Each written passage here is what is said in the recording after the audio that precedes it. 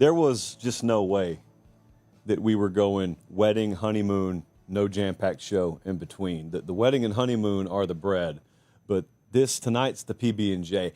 Probably not the best metaphor, but we got a lot to talk about. We got too much to talk about. Listen to this. We're jam-packed.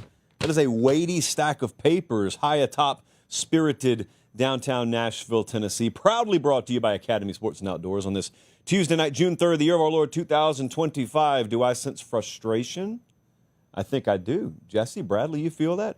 Growing frustration. Some would say palpable frustration. Not towards me. We're just over here living our lives, but the playoff situation becoming murkier and murkier. Yeah, I will discuss it. It's not all we'll discuss because I've also got not overrated, but underrated head coaches. There's the wipe to me. I've got some quarterback ranking stuff tonight. Basically, I'm just going all the way deep into the mailbag because I'm going to be gone for a week, and there's a ton to talk about, and I don't want to leave you with a dry well.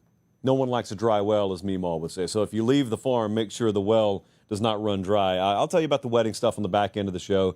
I got something else that's not necessarily football related. You know we always tuck that into the very back of the show. But in the meantime, we're jam-packed. They're watching us in Grand Rapids, Michigan, Nashville, Tennessee, Bellevue to be specific, Lavernia, Texas, Scranton, PA. Thank you guys so much. As I just said, headed out of the country tomorrow morning. I'll be gone all week, and we will not have a show until next Thursday. That's the longest you and I have gone without discussing things with each other. So, I'll technically have my phone with me if crisis were to unfold on the college football horizon, but by and large, going to be a little bit silent, a lot silent over the next week. For good reasons, for good purpose, plural of purpose, if you will. But before then, I figured if we're going to leave the country, why not just pop the pin on like 30 different grenades and toss them into the ether because we don't have to suffer the consequences because we're leaving tomorrow. So here we go. I want to dive into the mailbag, and I want to hit this college football playoff-related question because it's happening. In case you haven't looked around, it's happening. Calvin said, I enjoy Joel Klatt's perspective. There's a headline. I found myself saying that a time or two, Calvin. He said, I like Klatt's perspective, including his recent take on the 5+11 model. However, while I mostly agree, his intensity made me wonder. So Klatt, merit-based points, but he's too intense. Calvin says, is his frustration genuinely about propaganda, or is it influenced by Fox's stake in pushing the Big Ten-backed model? Ooh, Fox. Yuck. So, hey, I don't think he is. I mean, many of you have sent the clip of Joel Klatt talking about his beefs with the college football playoff conundrum that we're in right now, namely, which format are we going to go with? So much so that I watched it. Not only did I watch it, I said, hold on a second. I've never agreed with Klatt on the playoff.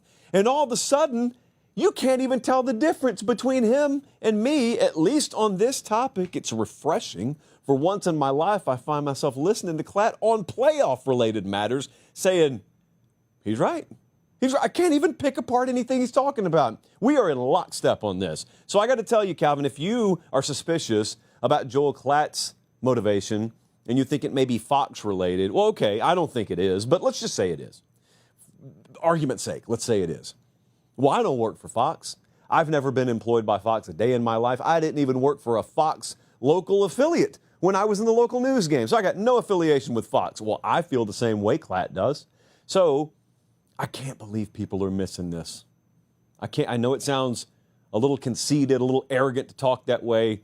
I just fully believe there is an obvious one, and then there's an obvious distant second when it comes to the philosophies of the approaches we should be taking in format right now. And I know a lot of you have been tuned in day to day in the weeds of this, but some of you maybe just checking back in.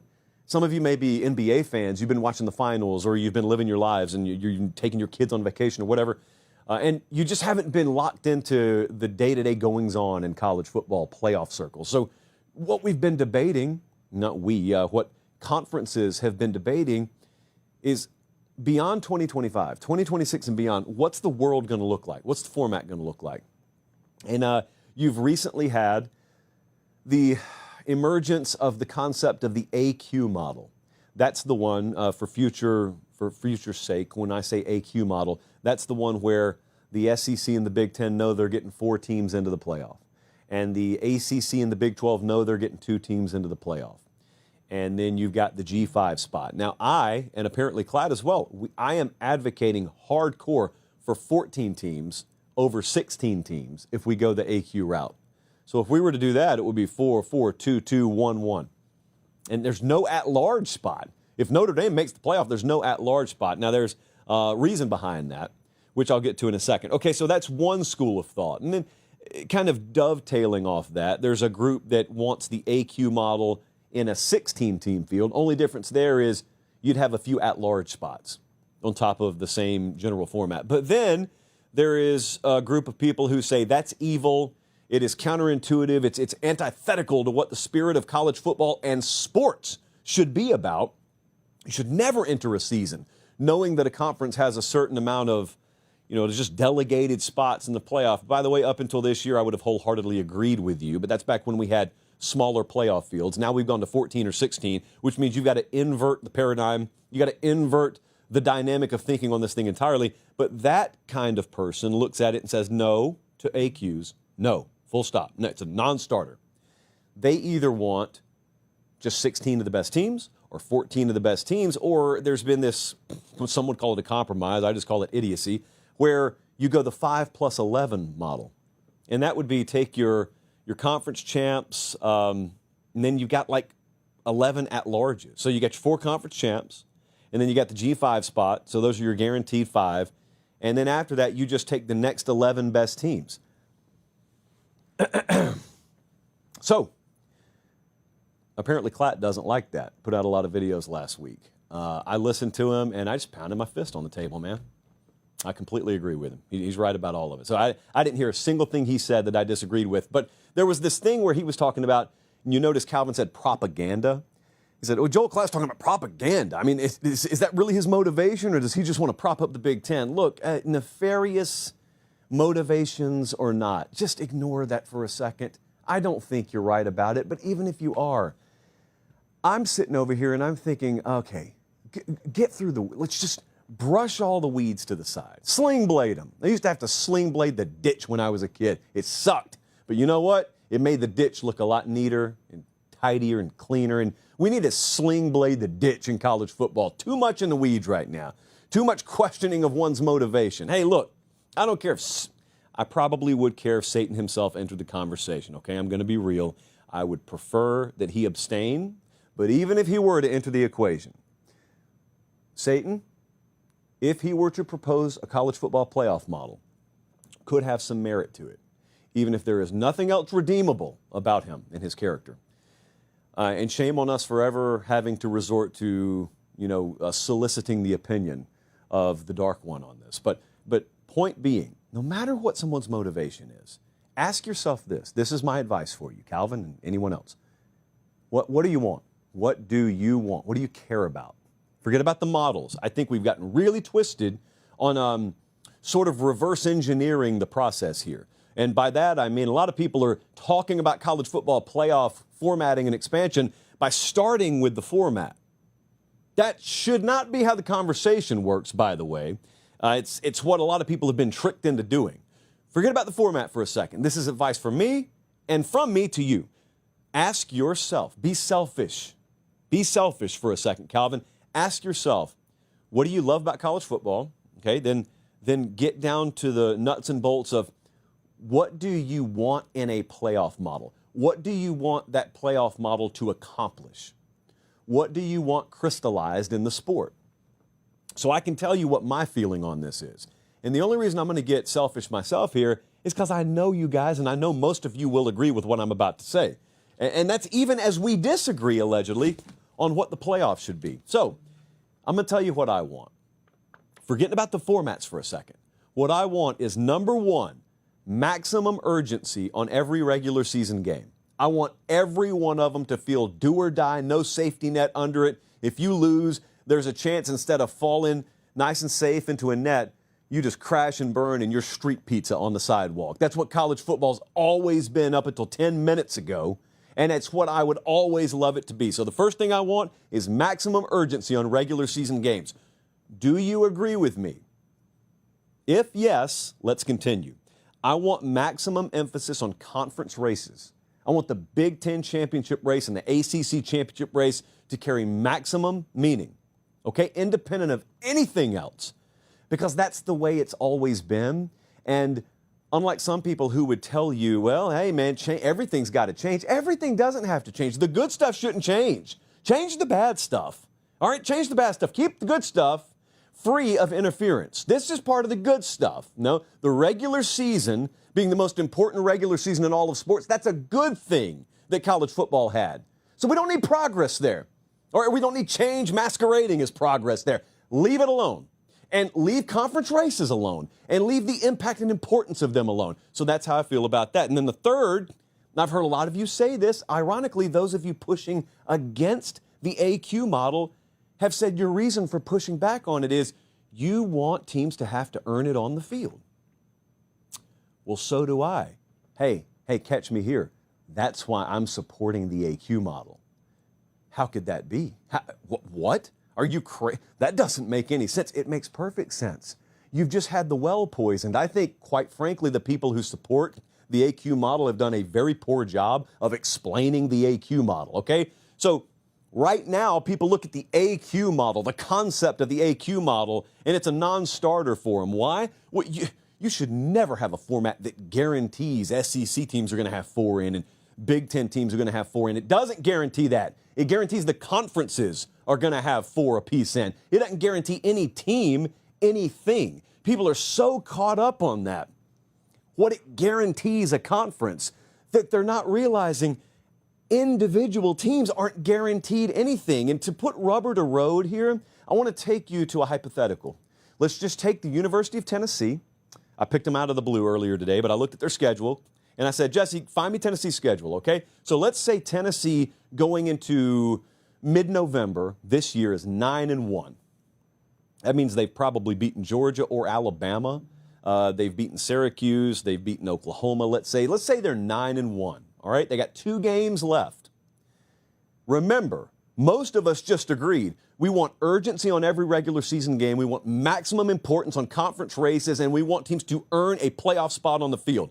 That's what most of us just agreed on, right? All right, let's say Tennessee's 9-1 at this point in the season. In your 5+11 model, where you suggest to me you got to earn it on the field and where you suggest to me that regular season games matter, Tennessee doesn't have to win another game. Do you realize that? Tennessee, as of November 22nd, 2 games to go in the season, both of them conference games, they're looking at it and saying, we'd love to win both of them. And there would be benefit to us winning them, but we're playing for seeding right now. We know from mid-November on we're in. Do you understand in the AQ model, where people are so worked up about what the SEC is guaranteed, the teams in the SEC aren't guaranteed anything. Tennessee, if they were 9-1 in mid-November, would probably be in the top 5. You'd have an SEC team in the top 5 that in mid-November is guaranteed nothing. In the format I'm endorsing, at least, they're guaranteed nothing. They go to Florida and lose, they probably drop out of contention for the conference title game, which means from that point on, the best they can hope for is to be active in that play-in Saturday. And so they drop, let's say they go 9-2, and then they beat Vanderbilt. Let's say they go 10-2. What they're probably doing at that point, first Saturday in December, is they're hosting a play-in game at Neyland. South Carolina's going to Neyland. 6 versus 3 or 5 versus 4. But the bottom line is Tennessee knows nothing about what they're guaranteed in that format. In fact, hardly any teams know, even in the Big Ten and the SEC, if you go the AQ model, that they're guaranteed anything. The only guarantee you have, and the only guarantee you should have, is if you're playing in your conference championship game in the SEC or the Big Ten, you know you're going to go to the playoff. That's it. That means as late as the end of November, the number 3 team in the SEC might not make the playoff. The number 3 team in the Big Ten might not make the playoff. You please, someone who is intellectually superior to me, explain how the 5+11 further emphasizes conference races and places more urgency on regular season games than what I just pitched to you. You're so caught up on the conference being guaranteed something. You're so bent out of shape about that. You don't understand that individual teams aren't guaranteed anything. And everything you just claim to care about, whether it's urgency on regular season games, importance on conference races, earning your way into the playoff, all three of those boxes get checked with the AQ model. Hardly any of them get checked with the 5+11 model. And any of you out there who are basically pushing back on one of these formats despite the SEC, you probably need to know that the SEC has both of these hands clasped together as tight as they can, and they are praying in Birmingham. People are dumb enough to fall for the to fall for the 5+11. Last year, Jesse, actually, I told you to show me this later, but do me a favor, pull up what the rankings looked like going into Conference Championship Saturday last year. Okay, let me just remind you of something. Last year, would we agree it was a slightly down year for the SEC? I think we would mostly agree. Even the SEC homers, of which I am certainly not one, but even the SEC homers out there, I think we mostly agree last year's a down year for the SEC, right? 5+11 model lands 6 SEC teams into the playoff. I need you to understand what you're supporting here. All right, 6, half a dozen SEC teams in a down year are in the postseason if you go the 5+11 route. And not only that, you got Alabama losing that Oklahoma game in humiliating fashion. Nobody cares. They're in. Nobody. They're hosting. I mean, they're not hosting, but they're solidly in to the playoff.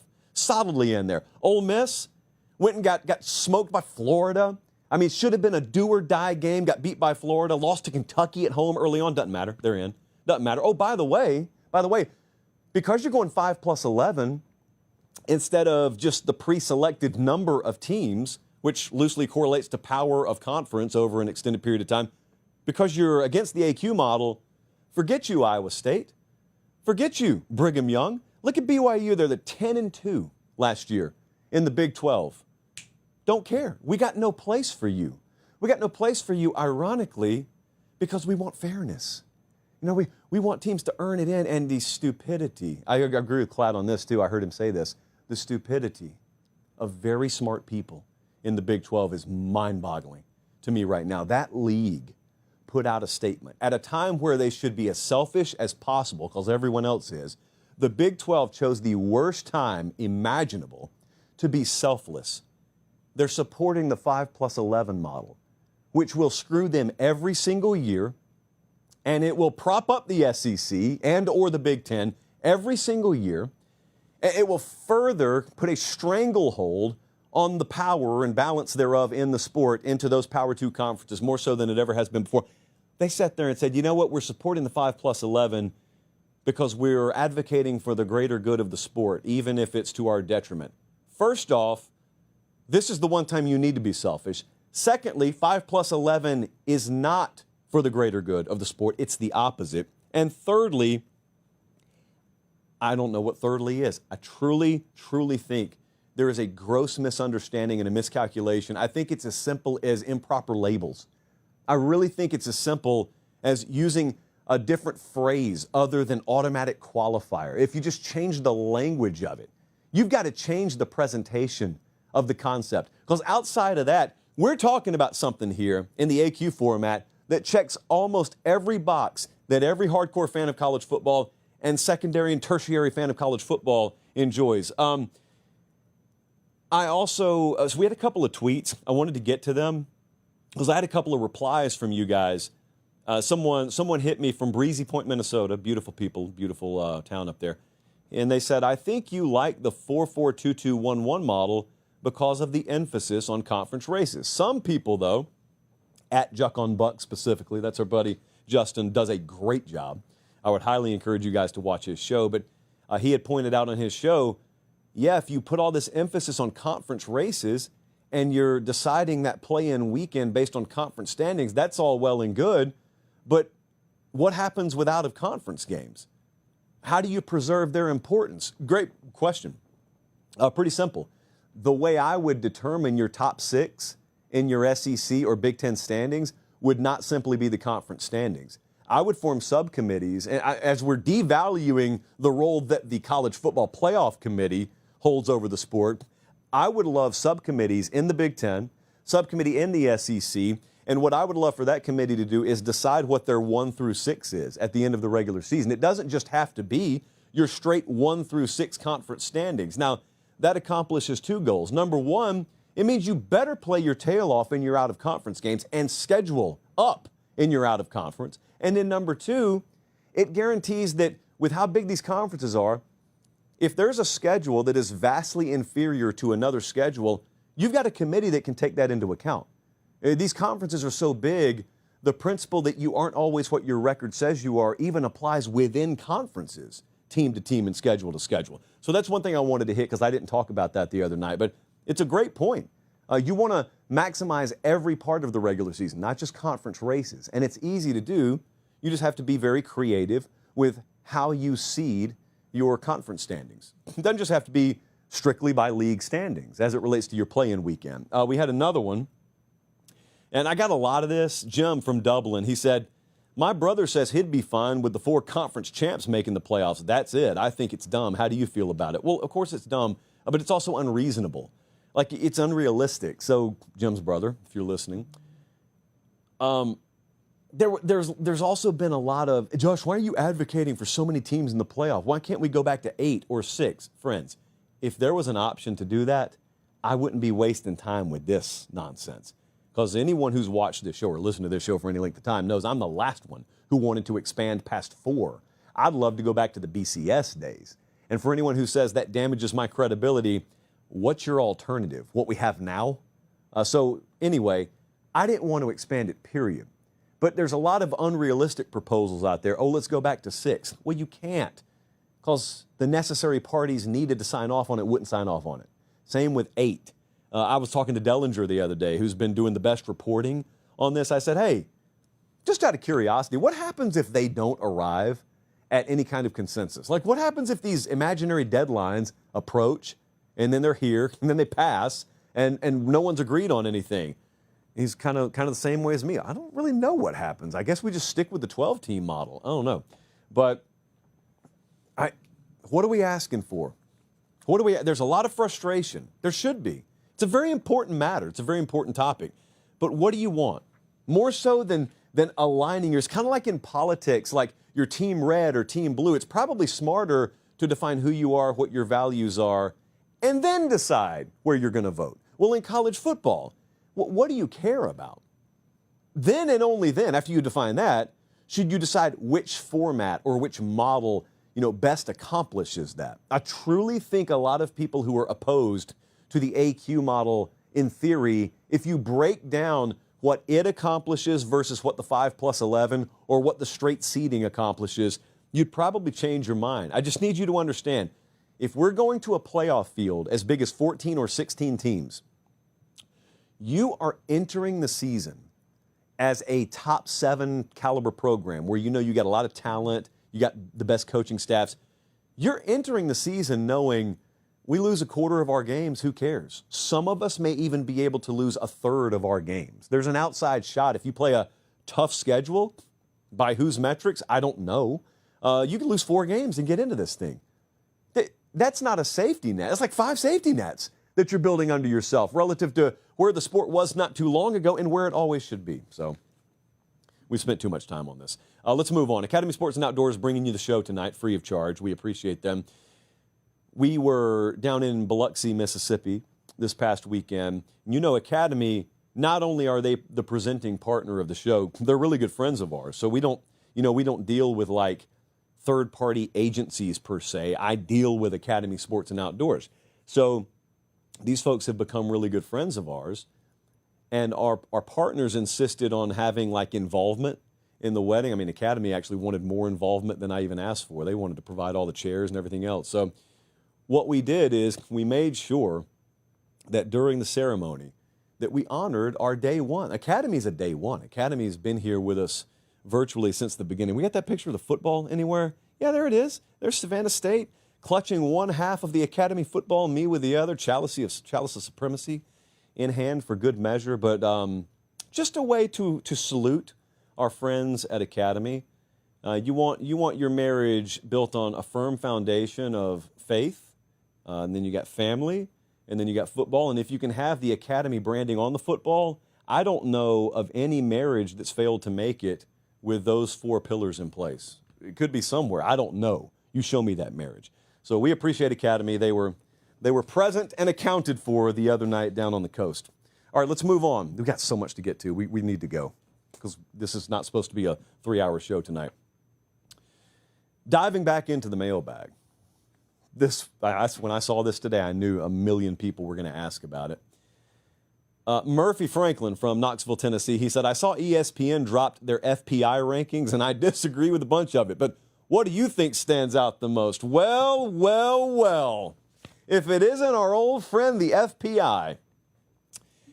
ESPN, it is a fact. They dropped their FPI. What is FPI? I think it stands for Football Power Index. It's their version of power ratings, basically. So this is meant to be predictive in nature. It is loosely, and I do mean loosely, what we try and do with the JP poll during the season, but I don't put out a JP poll in June because it's June. And ESPN said, forget about that, man. We need the content. We're only ESPN after all. So they put out the FPI. We are showing it to you on the screen right now. However, if you're listening on podcast, you will be not so shocked to hear that 11 of the top 18 teams are from a conference. Do you want to guess what the conference is? It ain't the Big 12. It's not the Sun Belt. It is the Southeastern Conference with 11 of the top 18 teams in the country. So I saw a million of you hit me up with this, and they said, how can you do this? How can you sign an exclusive deal as a network with the SEC and then pass this off as anything other than pure propaganda?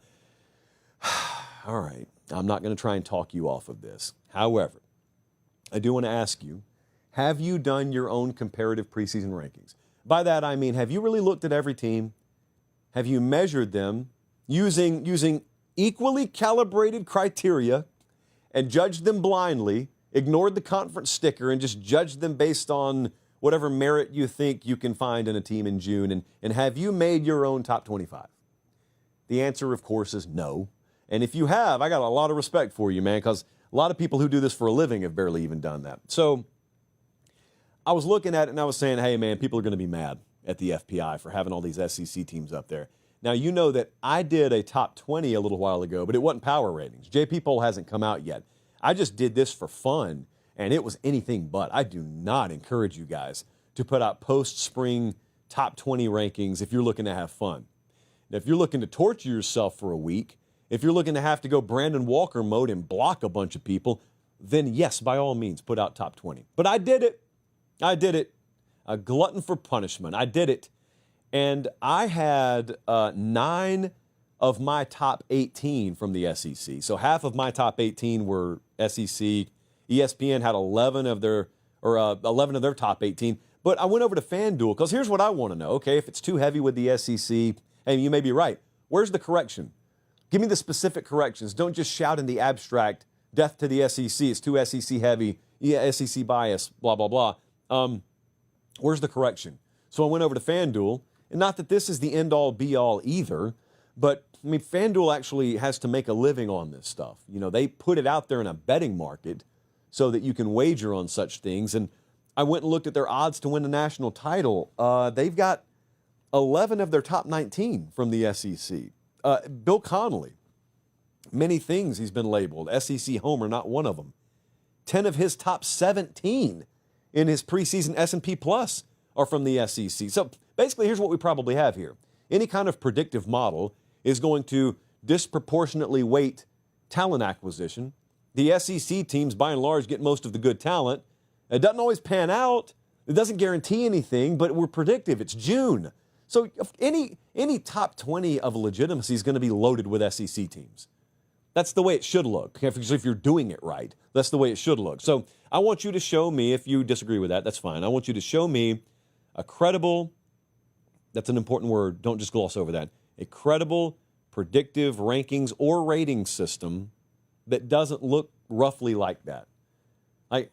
What corrections are you making? Now, I did look at my rankings versus the FPI, and I disagree with them a lot. Don't think I'm trying to prop up the FPI. I mean, I've taken as many shots at the FPI as anyone has.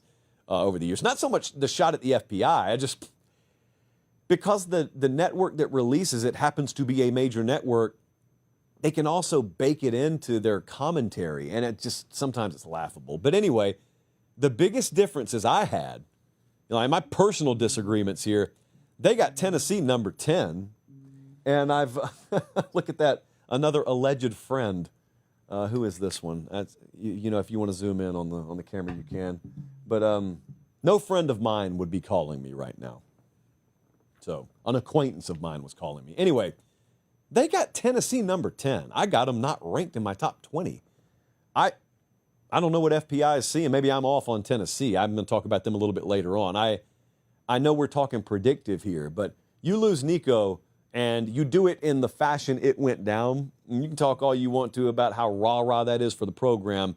I got a lot of uncertainty about Tennessee being at number 10 right now. Georgia, I'm off on them too. They got Georgia at number 2, and I had Georgia down at number 11. Now, I did tell you, if I'm doing JP poll, which I eventually will do, which is predictive and it's more power ratings based, I'm not going to have Georgia at 11. I'll probably have them top 5.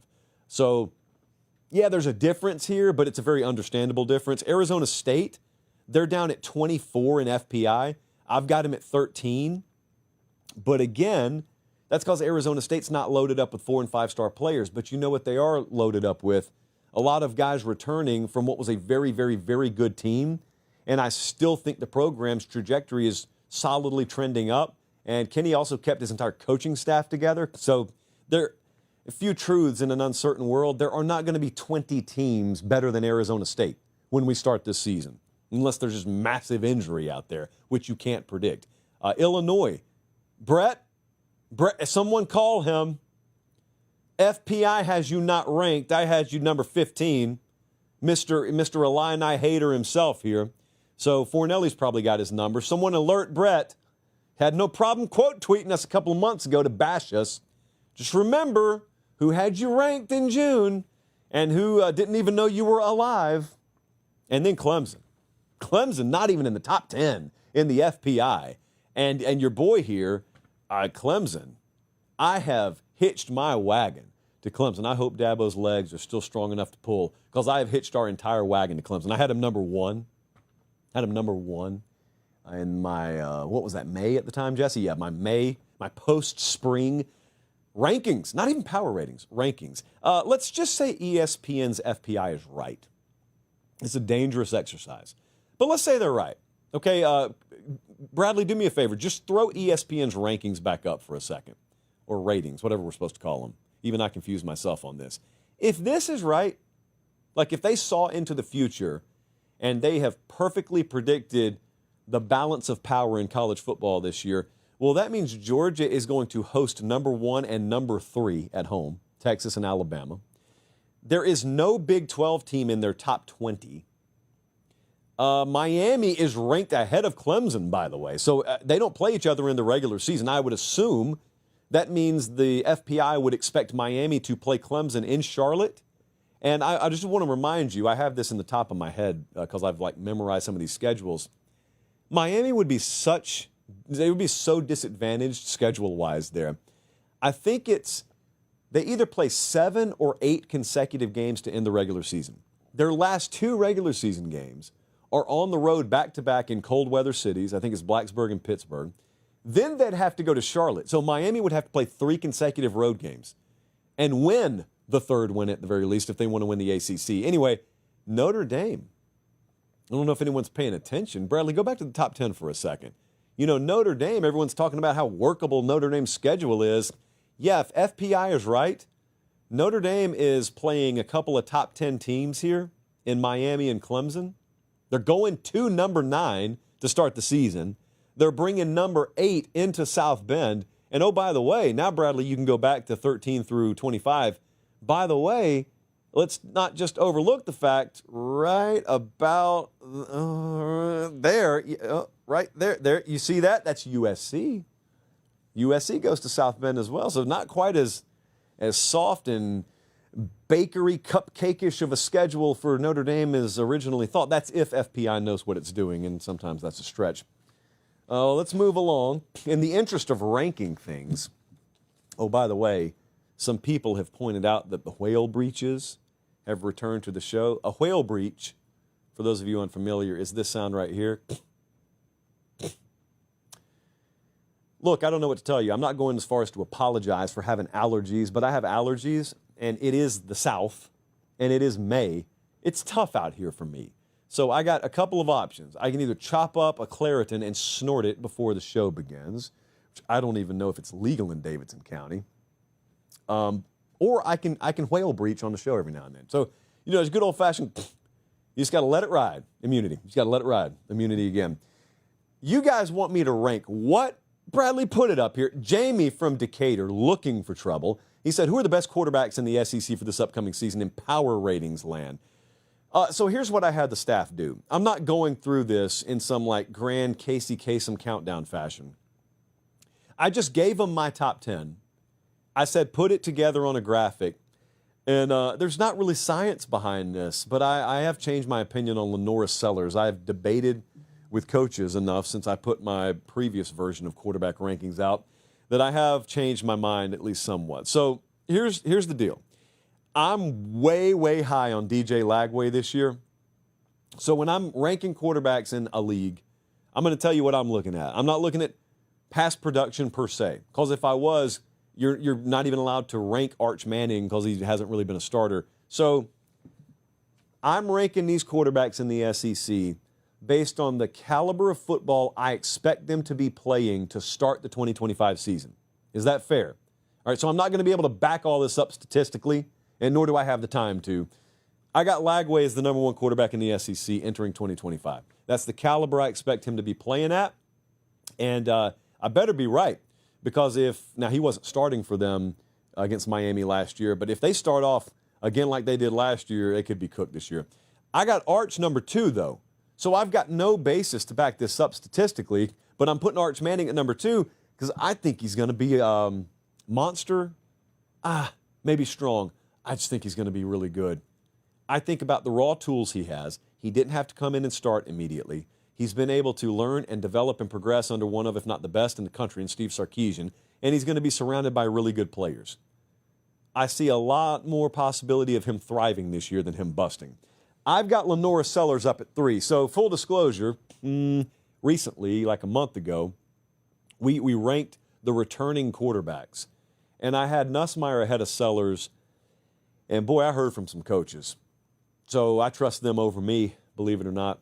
And good for me, by the way, for deferring to people who actually coach the game for a living. But I had some DCs hit me up and say, yeah, no. The South Carolina kid, you need to bump him up. So I got Lenora Sellers number 3. Garrett Nussmeier, number 4. Garrett Nussmeier has the opportunity to etch his name into the history books at LSU this year. It's all there. The team's going to be good enough. Surrounding or supporting cast is going to be good enough. He needs to clean up the turnovers from last year. There's a lot of continuity and consistency and carryover there. For all the portal talk, there's a lot that is there that was there last year as well. Now, here's where it gets a little, I don't know, saucy. People who don't know the show well enough will call this a hot take. It's not. I just believe what I'm about to say. I'm putting John Mateer in the top 5. I'm that high on him. If I'm right, Oklahoma's going to be a contender in the SEC. I believe in the OC quarterback approach. Bring both of them in, not just one of them, especially when they're both qualified, and Arbuckle and Mateer are. I also think it greatly helps that John Mateer is not being brought into Norman, Oklahoma, and then being looked at by everyone down on their knees with their hands clasped, praying, please save us, John, save us. You don't need to save anyone. You need to go in there and play solid football and execute, make good decisions, because you know what you got around you? You got a top 10 roster around you. You got a really good defense. You don't have to score 42 a game to win. And you got guys calling plays for you that you're very familiar with. I think he's going to be really good this year. That's why I got Oklahoma top 10 in the preseason. Number 6, you hardly know anything about him nationally, but I think that will come to an end very soon. I'm really high on Austin Simmons. I still don't think I'm as high on him as people in Oxford are, but I think Austin Simmons is going to be really good. And kind of like I said with Arch, I love the system that he has been sitting there developing in, the minds that he's been learning from. So I got Austin Simmons there. I think he'll have a really good year this year. He'll be an impact player. I also love how hungry that Ole Miss team should be, that program should be, because they fell short last year. Now, number 7 is, well, it's bold. I believe Jackson Arnold will bounce back this year. I'm not alone here. Again, I spend this time of year just talking to coaches as much as possible. Several coordinators around the SEC have been very specific in saying, hey, they always call him that kid from South Carolina, that kid from Oklahoma, like they don't know their names. But I've had more than one of them, translation, 2 of them, tell me, hey, we got to play Auburn this year. That kid from Oklahoma is going to be good. They'll get him corrected. They got a really good wide receiver core to surround him with. There are a lot of people, up to and including people in Norman, Oklahoma, who believe the combination of quarterback and then offensive system/coaching staff last year was just terrible. And so it was doomed from the beginning. That doesn't mean that you just throw out the bathwater. And in this case, the baby kind of got thrown over to Lee County, Alabama. That's okay. Whomst amongst us hasn't seen that happen before. I mean, I read the Ledger-Inquirer, or did growing up. That's happened a lot. But you land at Auburn, and you land in a situation where they've recruited well, and they've put good talent on the roster. They got really good wide receivers, and they've also got a guy and a staff, an offensive staff, who probably a lot better suited to utilize your skill than the previous in Oklahoma. So I think Jackson Arnold will have a good year this year. I think Talon Green at Arkansas belongs on this list at number 8. Now, unlike some of these other guys, I'm not as ready to tout his supporting cast along the lines that I'm ready to tout like Arch Manning's supporting cast or whatnot. Go a little bit quicker here. I got Marcel Reed at Texas A&M at number 9. Now, Marcel, you know, as much as this is talking about quarterback, you can't help but look at the O-line in front of him. You can't help but look at the 3-headed monster at tailback he'll have. Not that that goes towards his stat column, but what it does is it takes emphasis, it takes focus off him, and they're also good enough, plenty good enough at pass catchers. So I like Marcel there. I like Diego Pavia at number 10. He's 37 years old, but he's still playing at Vanderbilt. And he may be playing at Vanderbilt next year and year after that and year after that. Who knows what kind of lawsuit that you can file. But in the meantime, he's back. So, yeah, I'm very fluid on Lenora Sellers. I will admit that. If you go look at my previous videos, there is inconsistency there. It's not hypocrisy. It's spring. That's what it's called. Mimo always told me, Joshua, it's okay to have opinions about college football in the spring, but don't write them in pen. Write them in pencil and be ready to erase. And she was right, and Mimo didn't even use pens. Did I ever tell you? I think I told the story. Mimo had an axe accident when she was young, and her brother chopped her middle 3 fingers off. And so she didn't switch her dominant hand. She just wrote the remainder of her life with her thumb and her pinky in pencil. So I know, I learned a lot from Mimo about writing beyond just the instrument you use to write. But yes, Mimo told me. It's okay. Mimo, I think, would also fluctuate a lot on Lenora Sellers, knowing the way she used to judge the quarterback position. Now, you'll notice I don't have Ty Simpson in here. You'll notice I don't have Gunnar Stockton in here. And yet everyone, including me, thinks that Georgia and Alabama will compete for the SEC championship this year. Yes, I do. This is not an error. Neither of those guys possess overwhelming, like indisputable physical attributes. And because of that, I am not blindly ready to just call them top 10. Now, it could be by week 4, either one of them is in the top 5. Either one of them could be. But they don't get benefit of the doubt because they're not freaks of nature. DJ Lagway is, and I've seen him play. Arch Manning, I think, has a much higher ceiling physically than those two, and that's why I'm willing to blindly buy into him more. But that's inexact. That is very inexact. They're watching us in maybe Alexander City too, but I know they're watching us in Alabaster, Alabama. They're watching us in Sunrise, Florida, home of Armageddon 99. They're watching us in St. Paul, Minnesota. We appreciate you guys so much. And as we pop the top on this zero sugar cream soda Zevia, one sip. Big second sip. As we do that, and we appreciate them, a somber question comes to us. And it is from Knowles Pride down in Tallahassee. He said, what are your honest thoughts after being able to see inside Florida State?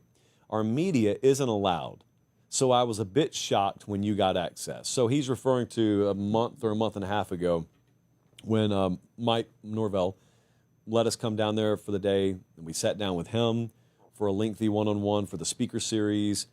And yeah, there have been some changes down there. So their media policies a lot different than it was last year.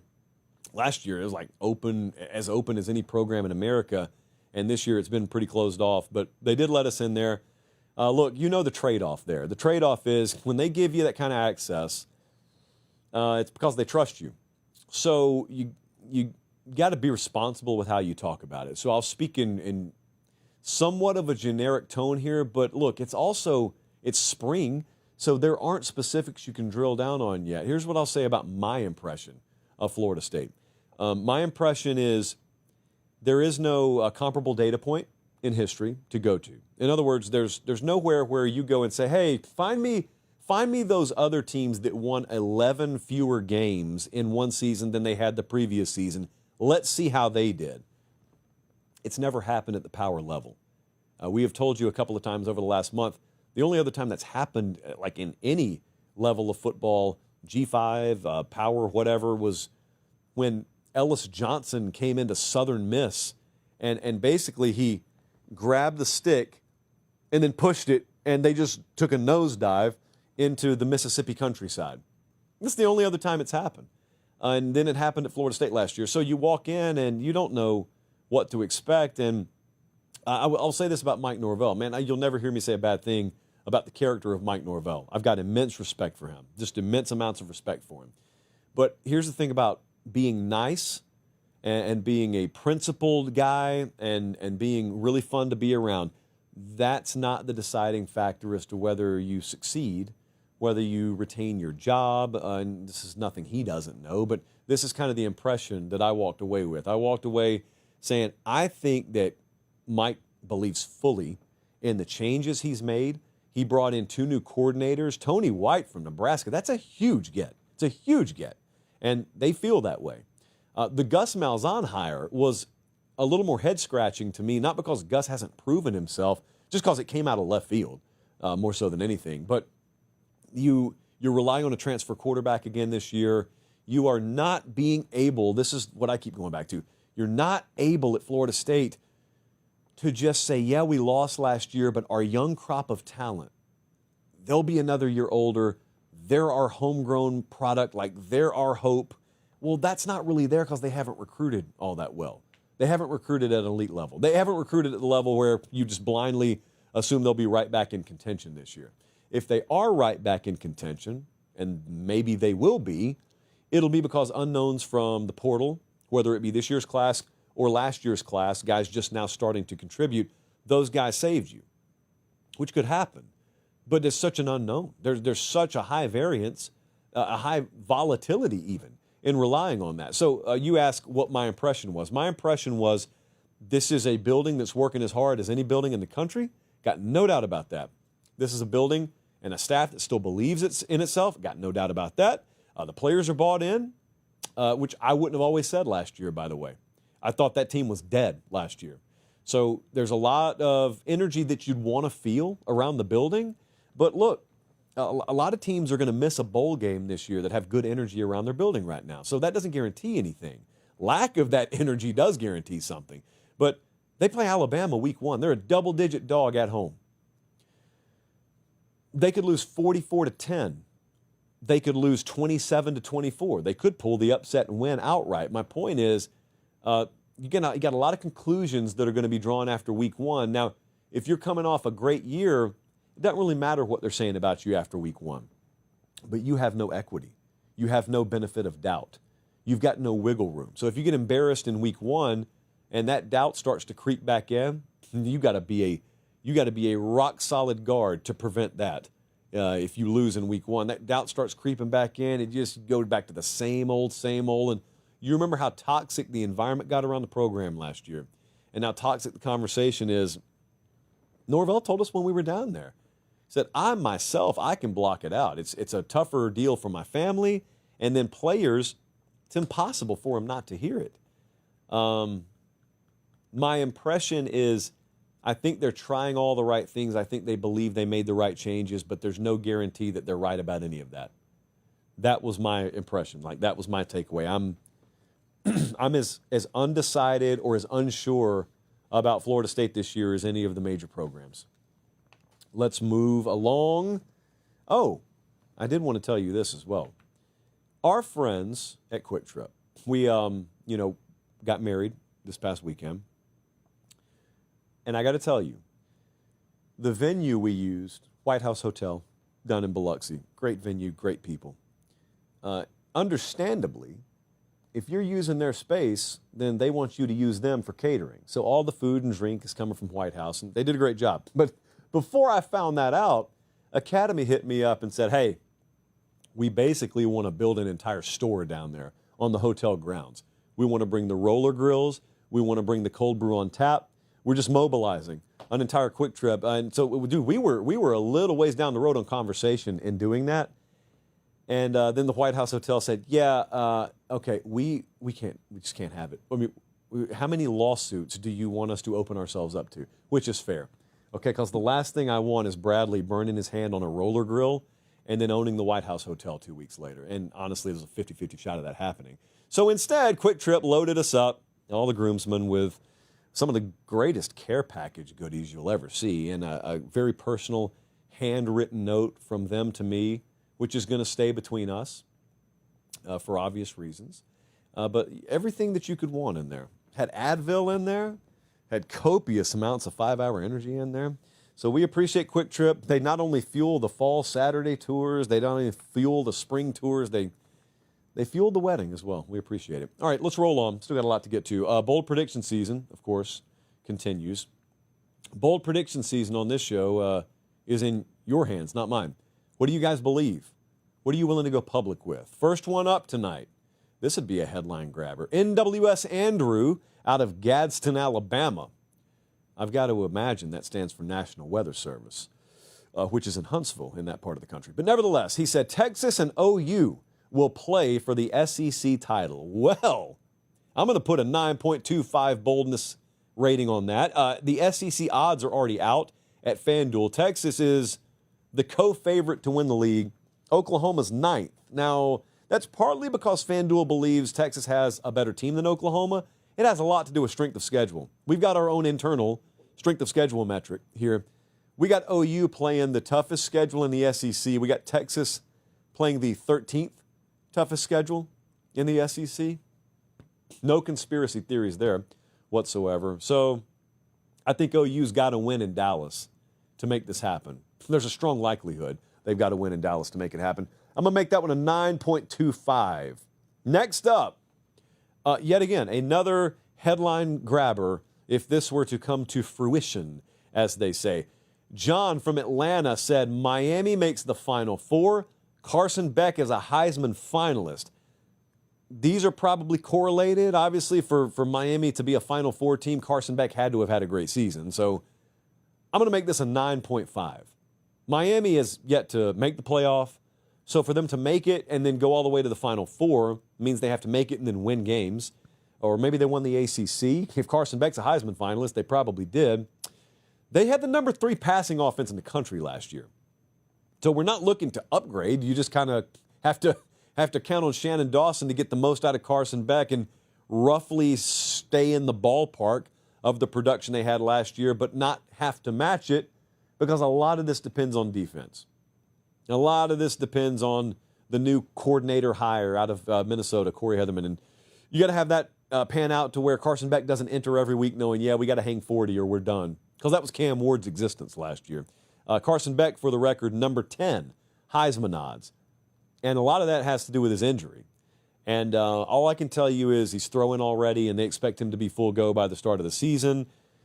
So outside of that, he'll be on a big stage to start the year. They play Notre Dame week 1. That's Sunday night game, I think. So I'm going to put a 9.5 on that. Tough, but doable. Next up, Jeff from Knoxville. Memphis wins the most games of any team in Tennessee. It's a 7, Jeff. I don't think it's that bold. Memphis and Tennessee have over-under win totals of 8.5. Middle Tennessee and Vandy have win totals of 4.5. So allegedly, if you were to believe the odds board, this is really between Memphis and Tennessee. Tennessee is possibly in a transition year this year, and conversely, Silverfield over at Memphis has had double-digit win seasons his last 2 years. The one downside there is that means they had a really good team, and now they're 115th in returning production. But, Tennessee, they're losing a lot too. So maybe it's two teams in transition years. But I could easily see Memphis winning 9, Tennessee winning 8, or they both win 8 and 7 respectively. So I'm going to make it a 7. It's not all that bold to me. Lastly, for tonight, let's go with Noah from Mishawaka, Indiana. 2 of the 4 semifinalists from last year return to the semifinals this year. So that is Penn State, Notre Dame, Texas, Ohio State. 2 of those teams make it back. That's an 8.5 for me on the boldness scale. That is 3 first-year starters at quarterback. All of them are outside the top 16 in returning production. So a lot of new players at very important positions have to come through, or at least for 2 of them, they do. But it's an 8.5 because, look, there's not like slam dunk answers at quarterback for these other teams. It's not like Ohio State and Texas are returning a ton of production. It's not like, Penn State is returning a ton of production, but you would have to see them do it again to believe it. I know a lot of you feel that way. Georgia, it's got newness everywhere. So someone's going to have to do it. Maybe it's them. I'd put an 8.5 on that one. Good boldness. Good solid boldness there. I'd put an 8.5 on that one. Let's move it along. A brisk pace here because, as I told you, I'm going out of town, going out of the country. So I've got to load you up. But we need content on the channel for the next week. I forgot how this question was worded, but I know what it's about. From Elk Grove, California, German JP hit us up and said, hey, if there's a third, actually, Bradley, I want to restate this so you can cut it and it sounds halfway coherent. You can keep the question up, though. So, German JP from Elk Grove, California, hit us and said, if there's a third straight non-SEC national champ this year, do you think that does anything to chip away at the SEC's power over the whole sport? Love the show. So if the SEC goes a third year without having a national champ, does their power over the sport wane? Not one bit. I don't think it wanes one bit. I actually don't think that's what this is predicated on. Or if you want to claim it's predicated on that, well, okay, by that very logic, then I would ask you, if it's that important to be winning national titles, then their power is forged in how many they already won over the past generation or 2 generations. Therefore, it takes more than a 36-month drought period, quotation marks, for that to unravel. I also can't believe this is the discourse, but then again, I can. Look, here's a little side opinion that I've come to realize. There are some things in college football we are past the point of reasonable discourse on. And the SEC is one of them. Some would argue this happened a long time ago, but I don't believe that. Because as recently as like a couple of years ago, sure, if you lived in Gary, Indiana, you probably didn't grow up a huge fan of the Southeastern Conference, but I mean, we were having rational conversation. That's gone, man. It's just not happening. So I've largely pushed my chair back from the table on these sorts of conversations, but I've been looking lately. I'll give you a perfect example. So my answer to the question is no, they're not going to lose power if they don't win the national title. But beyond that, just the conversation around this conference right now, it was so perfectly crystallized the last 2 weeks, not to rehash what we talked about to lead the show, but to kind of circle back for 30 seconds. You know how everyone was yelling death to the SEC because they thought Greg Sankey was pushing for the AQ structure? And shame on the SEC for having the audacity to demand that they get 4 guaranteed spots. You remember that? And then you remember Greg Sankey said, yeah, we actually don't want that. We want the 5+11 model. And then the same people yelled, shame on the SEC for being so greedy. Shame on them for wanting a model where they could load up and get more than 4 teams in. It's like, are you looking for them to just say, we're going basketball only. We're done with football. You guys can have it. We are retiring collectively as a conference from the sport. And then the schedule thing as well. If you think the SEC should be playing 9 league games, okay, I happen to agree with you. I'd love for the SEC to be playing 9 conference games. But the conversation around it is so intellectually dishonest, you can't even have it in good faith. If you believe that they should play 9 league games just because you think everybody should play the same amount of league games, that's okay.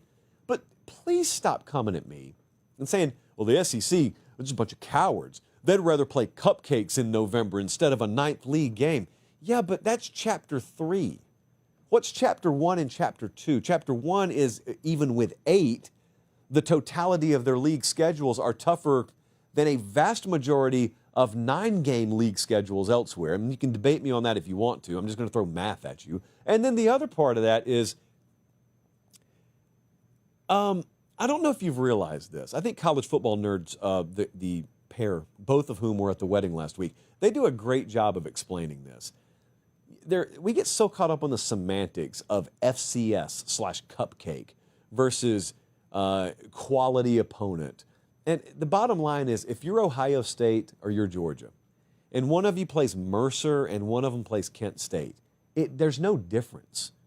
Either way, you're naming the score. There's no difference. But yet, one of you is going to get credit for playing a G5 team. The other one's going to get crucified for playing a cupcake team. And this stuff just doesn't matter.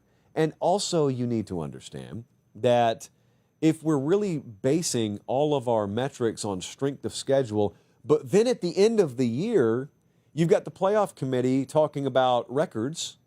And I'm not even throwing around specific teams. I'm saying in a very generic sense or general sense, you've got a crowd that believes you are what your record says you are, and they're unwilling to budge on that thinking. Why would the SEC ever move?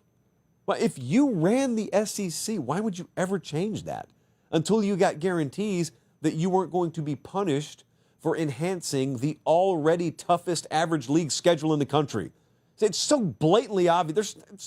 You can have the opinion that you wish it was different, but there's so much intellectual dishonesty in it that you can't even have like a normal conversation. And if you do start to have a normal conversation with someone, it's not too long before someone wanders in off the street and hijacks it. Or as some call it, Twitter. Let's move along. That's a happy subject here. Not that, but this next thing's a happy subject. I told you, we got a lot. We got a jam-packed show tonight. This may be the most loaded show we do all year. And it's June. Wow. So someone wants to know, Carlos in Jacksonville, he said, everyone talks about overrated coaches. I want to know who you think are the most underrated head coaches in college football right now. Carlos, if you watch the show, you know Jeff Brom is my guy. He's the most underrated head coach in major college football. And you may listen to that and say, but Jeff Brom, man, people know about him. Yeah, people know about him. How often do you hear his name thrown around? If I were to talk to you about the ACC right now, we'd have to talk a minute or two before Jeff Brom's name came up. You throw Dabo at me, you should. Cristobal's name would be mentioned. Okay. But Jeff Brom's right up there. And he doesn't get mentioned nearly as much. The guy, all he did was win at Western Kentucky. He won at Purdue. By the way, check out what happened to those programs when he left. And now he's winning at Louisville, and he's adapting. He's not recruiting top 10 classes. Never has. He may never do that. But he's adapting. And the thing I can count on Jeff Brom to do is put a collection of players together, form it into a team, and get the most out of it. And that scales, by the way. That skill, that scales. He's not out-talenting people. Dude, I remember watching them play Clemson this past year, and I remember how crazy it was to watch them go into Death Valley, I believe it was a night game, and just physically take it to Clemson, knowing full well they're outmanned, and knowing full well that's the environment, that's the team that's supposed to make them wilt, and they just totally inverted the dynamic. So Jeff Brom, he's up there for me. The entire state of Kansas should just be ecstatic about where they are right now, because I think Leipold at Kansas and I think Kleiman at Kansas State are both extremely underrated. I think both of them are top 20 head coaches. You know, we do our own internal coaching ratings. We do them for all positions, actually. Head coach, coordinators, position, whatnot. Leipold won at Buffalo. He comes to Kansas. They go from 2-10 to 6-7 to 9-4. And then remember, last year they fell off, which is to be expected. Like if Nick Saban were at Kansas, he ought to have down years. It's Kansas. So they fall off last year, and they started terribly, and they had bad injury luck at the quarterback position. But did you notice how they got things righted? They ended up beating Iowa State, Brigham Young, and Colorado towards the end of the year. They were like one of the hottest teams in the country towards the end of the year. And then Kleiman won a lot at North Dakota State. He's had 8+ wins every season, aside from the COVID year, at Kansas State. And they're right up there as the co-favorites or maybe the outright favorites to win the conference again this year. It's the state of Kansas, man. When have they had it better collectively? Like yin and yang. When have they had it better than they have it right now? The two guys at the G5 level that I've got circled, and they're not going to be there for long. I close your ears at Tulane in South Florida. But, man, John Sumrall and Alex Golish, those two guys, I think, could already have much higher profile jobs, quote unquote, if they wanted them. But I also think they understand the nature of the business and also understand the nature of the sport, and also they're in good places. So John Sumrall is only a fourth-year head coach, but he's got 2 titles at Troy. He just went 9-5 at Tulane. We went down there a couple of months ago, spent the afternoon with him. Just gets, I don't know, when you're sitting with the real deal. He's the real deal. And Golish was at Tennessee, had #1 offense in the country a couple of years ago. He goes down to South Florida. He's had 2 seasons there. They've played Bama past 2 years. And, push Bama to the limit both years. And you may say, Josh, Bama's not been vintage Bama. Man, we're talking about South Florida, not Southern California, South Florida. So Alex Golish, I remember talking to some people at Tennessee this past year. Tennessee made the playoffs. They were a good team this past year. But I had somebody tell me, dude, we miss Alex Golish. Not that we've forgotten how to play football, but that dude was good. He was a very, very plus dynamic in this building. And that's why he's a head coach. It's not an accident. And then I got a name for you. In the interest of disclosing that we track everyone here, most of these guys I don't talk about, I got a name I want you to circle. We've never talked about him on the show, but internally we've been tossing this name around. You know who the head coach at New Mexico is? Anybody? Do people in New Mexico know who the head coach at New Mexico is? Well, Jason Eck is the head coach at New Mexico. I want you to do me a favor. Just pull out your pen, red Sharpie, if you've got it. Circle Jason Eck. He was at Idaho. He went 7-5, 9-4, 10-4 at Idaho. Takes the job at New Mexico. It's his first year there. I'm not going to throw stats at you. I'm not going to bother with that. I think this dude's good, and I think his name's going to be a lot more on the radar over the next couple of years than it is right now. No one's talking about him right now. He's been in the game for a long time. He's not like 25 years old. He's a little bit more seasoned. Notice I don't say old because age is not real. But Jason Eck, I just want you to take the Sharpie, circle his name. You don't have to watch New Mexico this year. He'd appreciate it if you do. I've never spoken to him. I don't know him. But I trust our internals. And our internals, our guidance, right here, the old computer, it likes Jason Eck. Let's move it along. I've got to take a sip of water right quick because we've been talking for 1 hour and 8 minutes. Oh, all right. But we can finish strong here. Immunity. Adrian from Kingwood, Texas. He said, whomst amongst us wouldn't be curious about the day-to-day grind? What does a typical behind-the-scenes look like for you when prepping for and producing, the show? Okay, so this is about the show. Let's see. Well, it depends on what time of year it is. But it's pretty much the same. But during the season, it's actually easier because even though it's more, like we're doing more shows, it's also regimented. It's the same thing every week. But this time of year, it's a lot of travel too, but we're a lot more flexible. And I go storm chasing a lot in the spring, so we work our schedule around that. And you guys are really gracious about that because you could complain about it if you wanted to. We keep our staff very small, very small. I've always been intentional about that because the key is having the right people on the staff. So nobody touches this show who I don't trust to touch the show. So that means we don't have a lot of people work on the show. But the ones who do the work of 2 or 3 people.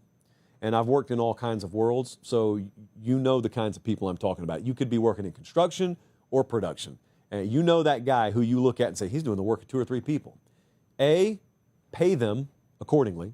Number 2, surround yourself with them if you can find them. Takes a while to find those kinds of people. But then take care of them and don't let them go. And so we've got that with this show. I think you'd be shocked if you looked at our operation. The other thing is the day-to-day grind is not grind because we're doing fun stuff for a living. So we're covering college football. I didn't come out of college age 22 doing media. So there are some of my peers, and they're fortunate, I guess you could call it fortunate, that they've only done this, like they didn't ever do manual labor or anything. Well, I did for several years. So I worked jobs I hated for quite a while. And later in my 20s and early 30s, I finally got to do this. And so relatively speaking, that's not a grind. In the fall, I mean, we're working the same amount of hours coaches do, no lie. But it's a different kind of work because, we're not getting judged on wins and losses. We just got to do a good show. And if you immerse yourself in college football already, you should be able to do the show. And if you know the audience, and I do because that's who I hang out with and that's who I am, then it's very easy to talk to you guys. Even though you're not in the studio, we don't have an audience in here. That part's very easy. And then the third part is I communicate with, I would safely say, dozens of you per day, several dozens of you per day. And a lot of you share your personal lives with me. So I know what people are going through in the real world. I know what economics are like in the real world.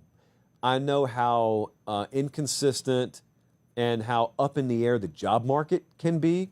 Even in my world, I know how inconsistent and up in the air the job market can be. There's so much volatility and uncertainty that this is not grind. It's long hours. It's like 80, 90 hours a week in the fall. It's not grind. I'd much rather do that than 40 hours a week doing something I hate.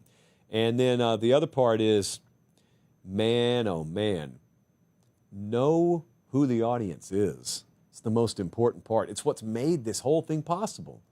It's what I looked at 10 years ago as just a glaring inefficiency. I mean, to really scale something, you need to find market inefficiency. Everyone knows that. If you're on Wall Street, you know that. If you're building a small business, you know that. Well, we kind of did that in this world because college football has been the number 2 sport in this country for quite a while. Even to this day, it doesn't get the amount of investment and attention that it should on major networks. But that's okay because you're not limited to just major networks anymore. You guys are either watching me on YouTube or Rumble or Twitter or you're listening on podcast. None of those are major networks. And so those mechanisms give us the ability, if you think what I just said, make your own show. So we did. And so we serve an underserved audience and happy to do it. So that's the inner workings of the show. And then I guess the fourth part is people would define show prep as like, what time do you get to the building? And do you have a production meeting? And do you do this and that? That's very informal, the way we do it. We grind it out once we're here, but show prep doesn't stop. This is not something I hate doing. So like when I leave here, I don't leave here saying, oh, good, I don't have to think about college football again until Sunday night or Tuesday night or Thursday night. I just do it all day, every day. So your show prep never stops. So come in the building at like 2 o'clock or 3 o'clock in the afternoon for a 7 o'clock start time, but you've been working all day. You've been working 6 a.m., 7 a.m. when you got up. You're on the phone with people. You get done with the show. You're talking to people on the phone. You're constantly immersing yourself in it. And that's the blessing, by the way, in 2025 of being in media, in sports. You don't have to cover everything. Like, we could talk Braves baseball here if we wanted to. I wouldn't do it because it's a college football show. I could talk about golf, or I could talk about the NFL or NBA, but I don't have to do that. I get to just talk about the one thing I'm most passionate about all year, and I get to do it because the market is there. Always has been. We just get the ability to serve it now. Let's move along. Got a couple of more things I wanted to get to. We are, and we got a big live audience tonight. It kind of goes back to what I was just saying. Year round. Talk about this stuff responsibly, and we can do it year round. Willie from Cincinnati, Ohio. What teams do you think will have the biggest difference in win total compared to FanDuel's win total? So basically, Willie's asking me, do you have any preseason leans on over-under win totals? Yes, I do, and it's not all sunshine and rainbows here. I think Arkansas would go under 5.5, Willie, if I had to bet this right now. Arkansas, you see 5.5, and you looked at ESPN's FPI, had Arkansas ranked. You think, well, if they're the number 22 team in the country, certainly they're going to win more than 5.5 games. Well, I don't have them number 22, and I don't expect them, as of now, to win more than 5.5 games. I've got them with the number 3 strength of schedule in the country. My own metrics, have them playing the 3rd hardest schedule in the country. And look, here's how I think about Arkansas. A lot of unknown on that team. Outside of Taylon Green, where's the big upgrade? Just like position units, sides of the ball. Where's the big upgrade? They play, this is kind of in order, they play Ole Miss, Notre Dame, Tennessee, A&M, Auburn, LSU, Texas, Missouri. They go to Memphis in out-of-conference play. 6 wins is extremely hard with that schedule. And if they don't get off to a really strong start, there's already uncertainty around Pittman and that coaching staff. I think under would be the play if I had to make a move on Arkansas. Exact opposite with Georgia Tech. Folks are missing the mark with Georgia Tech. I've already bet this, by the way, so you guys can have at it. Pound that over for all I care. Georgia Tech over 7.5 is already a bet I've put in. Multi-year starter at quarterback, top 20 returning production. And returning production is not always the end-all, be-all. They are returning a lot of guys from already a group I believe in, a team I believe in. Overall identity is trending way up. You know what Brent Key is, and you see it bleeding through the identity and fingerprint of that team. They got Clemson at home in week 3. They got Georgia at home to end the season. Even if they lose both those games, I still think they'll go over 7.5 because I think they may be favored in every other game. I'm not so sure they're just going to lose both of those games either. So I think they're an ACC title contender. I'm very high on Georgia Tech. So I think absolutely they go over 7.5. Wisconsin, not high on them. Wisconsin, I would go under 5.5. I have not bet this right now. I have not bet it yet. But if I had to, forced one way or the other, I'd go under. I've got them with the number 1 strength of schedule in the Big Ten. In fact, it's the only Big Ten team off the top of my head that we have with a top 10 overall strength of schedule. So they've got, just look at the lineup. If you're listening on podcast, starting the first Saturday in October, they go to Michigan, Iowa, Ohio State, at Oregon, Washington, at Indiana, Illinois, at Minnesota. I wouldn't pick them to win any of those games, and they go to Alabama in out-of-conference play. So even if they don't slip up elsewhere in out-of-conference play, I don't know where they find 6. I do not know where they find 6 wins. They're counting on Billy Edwards, the transfer quarterback this year.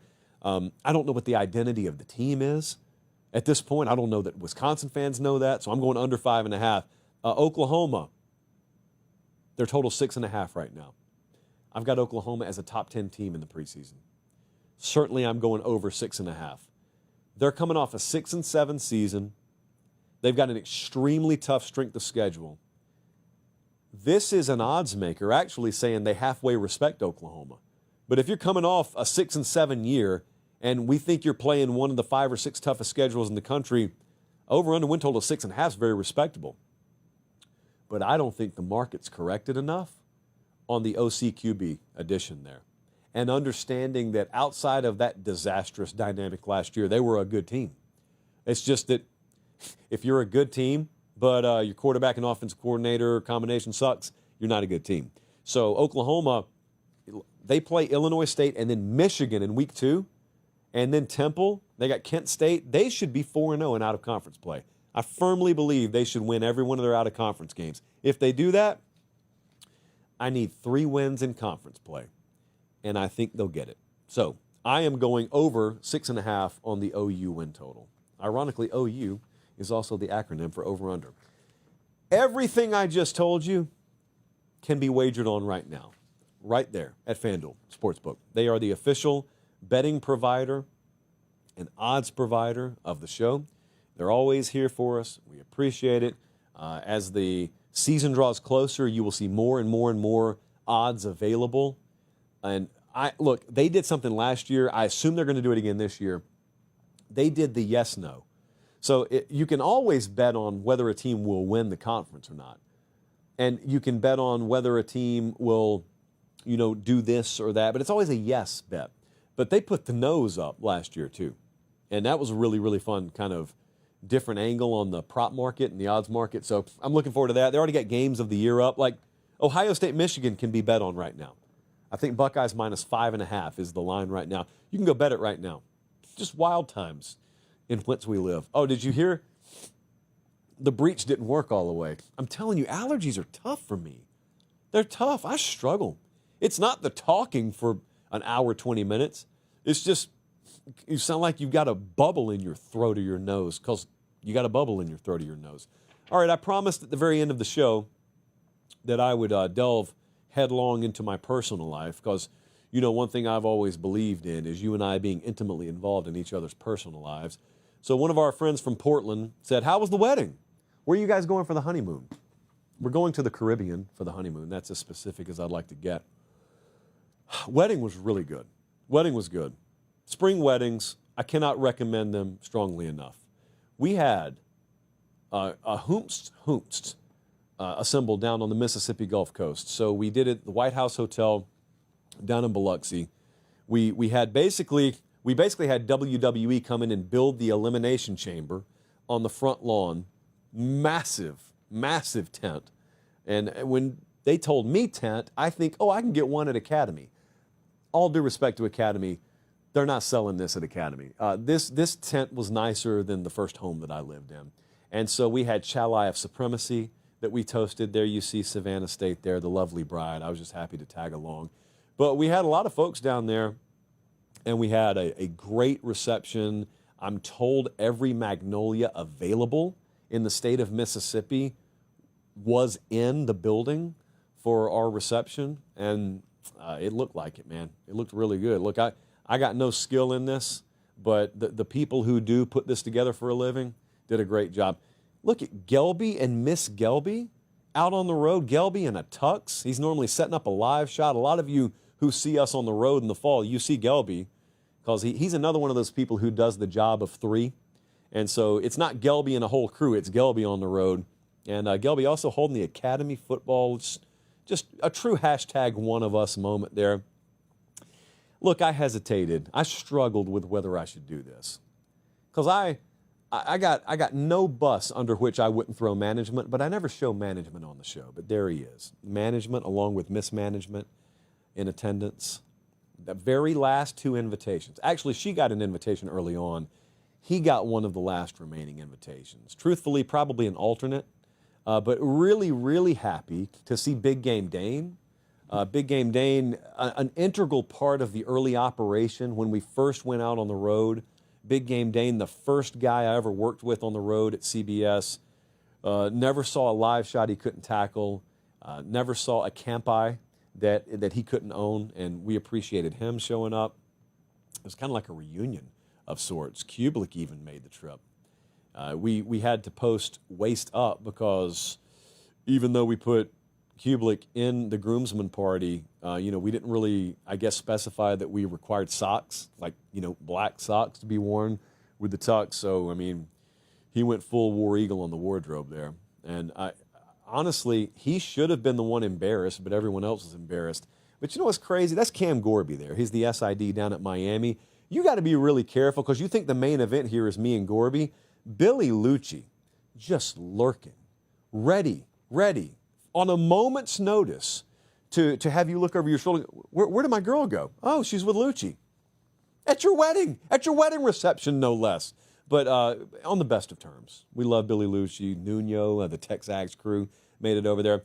It was a really fun time, man. Look, Gavin Snyder, if you're in the market for a wedding planner, unbelievable. Garrett Richardson. I have seen major motion pictures that weren't as well constructed and put together and as scenic and aesthetically pleasing as the photography and video he did. Unbelievable. It looked like it was produced by one of the major production houses out in LA. So again, I would say I've got no dog in the fight, but I do, because these folks really came through for us, and we only planned this thing over like 2.5 months. So we knew we wanted a spring wedding, and they made it happen, and it was great. It was great. And now tomorrow, actually in about 10 hours, we'll be off on honeymoon for a week. And next show we do will be next Thursday. And if something happens between now and then, I don't know what to tell you. Just hang tight. I'll be back eventually. I'm told we're going to play the season no matter what. But thousands and thousands of well wishes. I speak for everyone. I speak for Savannah. I speak for myself. We sincerely appreciate it. Can't get to all of you. And my penmanship sucks anyway, so the letters we do send out, she'll have to do. But look, from me to you, here you go, live. We appreciate it. I got to get out of here because I got to pack. So I appreciate you guys so much. For producer Bradley in the house tonight, and for director Bradley, producer Jesse, I'm Josh Pate. Take care. Extended vacation here. We'll see you next Thursday. Until then, from me to you, God bless.